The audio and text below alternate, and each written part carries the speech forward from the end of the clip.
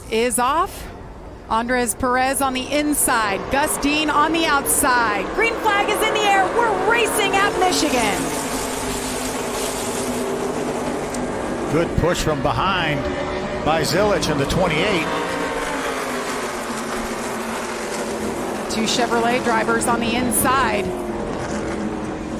Gus Dean has the 18 of Tanner Gray behind him, a couple of Toyotas. Boy, second points coming in here as we have a battle for the lead. Zilisch going for the lead.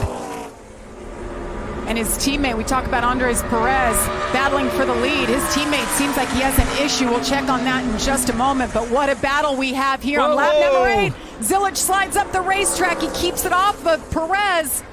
That's that learning curve you were talking about before the race, Phil. These cars react so differently when they are dependent on that side force going at these speeds, at this big of a racetrack.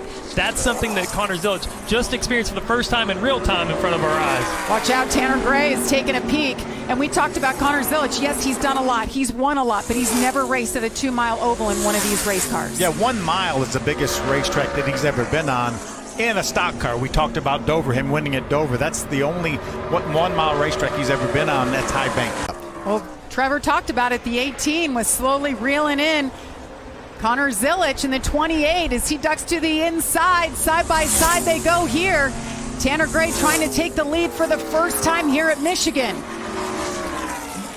I think this run taught us a lot here on this set, guys. They were so free to start in that 18 car. He was sideways. We saw him for 4 or 5 laps just really battling that car. But we also know that this track tightens up as it goes. Now this car has come in to where he needs it to be, able to make this pass now on Connor Zilisch for the lead. Hopefully set sail. He's won 5 times. Tanner Gray got that win, of course. Earlier in the season, caution is out. That is our scheduled caution, our first of 2. Yeah, it'll be interesting to see how these two cars fire off here on this restart. First restart of the night.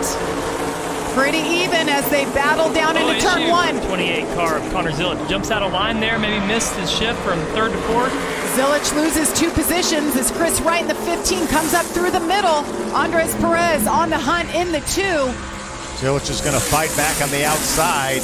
Let's see if he can get to the outside of Kris Wright. Make sure there's enough room there. Here comes Jake Finch. Remember, started all the way at the back, pushing his teammate, Kris Wright, up to second. Now Jake's in 3rd. That has been fun to watch. Jake Finch starting in the back for an adjustment before the start of the race. Now he's working his way up, losing a little momentum right there. But remember, Jake has found victory lane already this year, knows what it takes to get it done. He's a part-timer. So we have Tanner Gray out front, Connor Zilisch, Kris Wright in 3rd. And the 20, Jake Finch we were talking about, and Andres Perez. As the caution comes out, that will be our second and final scheduled caution of this race. So we'll have 23 laps remaining here at the restart. Crucial restart. Tanner Gray trying to make it 2 of his career, starting alongside Connor Zilisch. Zilisch with a better restart.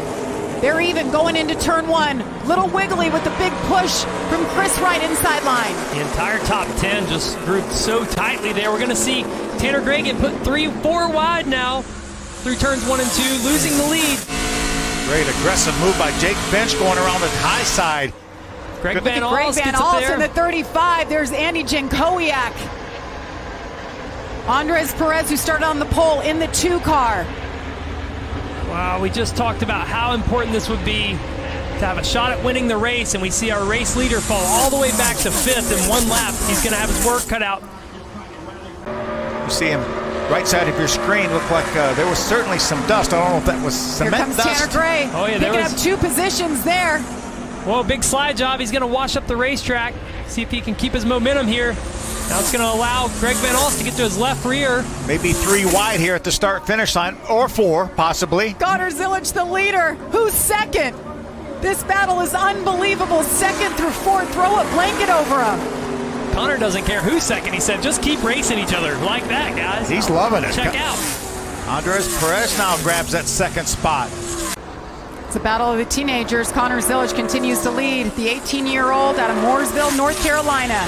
Andres Perez, the 19-year-old out of Mexico City, Mexico, trying to win for the first time in his career in the ARCA Menards Series. And it's right there in front of him. Heather DeBow has been talking about every time she sees Andres, he's like, I've got it circled. Michigan is the place. I'm going to get that win. It's within reach, guys. Less than 2 laps remaining. 4 runner-up finishes for Andres Perez in his very young ARCA career. Hoping that's not number 5 here. You see him drive in deep, trying to get to the left rear of Zilisch, and just not able to do it. I think that's the gap that Connor needed to seal the deal. Coming to the white flag here with the largest gap we've seen in the last 10, 15 laps. Just got to put 4 more short corners together here. And there's 2 of them down. Yeah, so impressive, though. We've talked about this young man, talked about him at the top of the show, what all he's been able to do. Such a bright future in this sport. Well, Dale Earnhardt Jr. believes in him, putting him in the 88 Xfinity car full-time next year. Already knows that's ahead of him. Meanwhile, he's here for wins. We talked about the perfect record this season already. 3 races, he's won 3 times. As he comes out of turn 4, checkered flag is in the air. Connor Zilisch, a winner at Michigan. 4 starts, 4 wins. Unbelievable by this young driver. A lot of credit goes to that guy right there, too, Shane Huffman, the architect of this team. How about that last restart? Got him the lead over Tanner Gray. Was able to take advantage of that lead and never look back.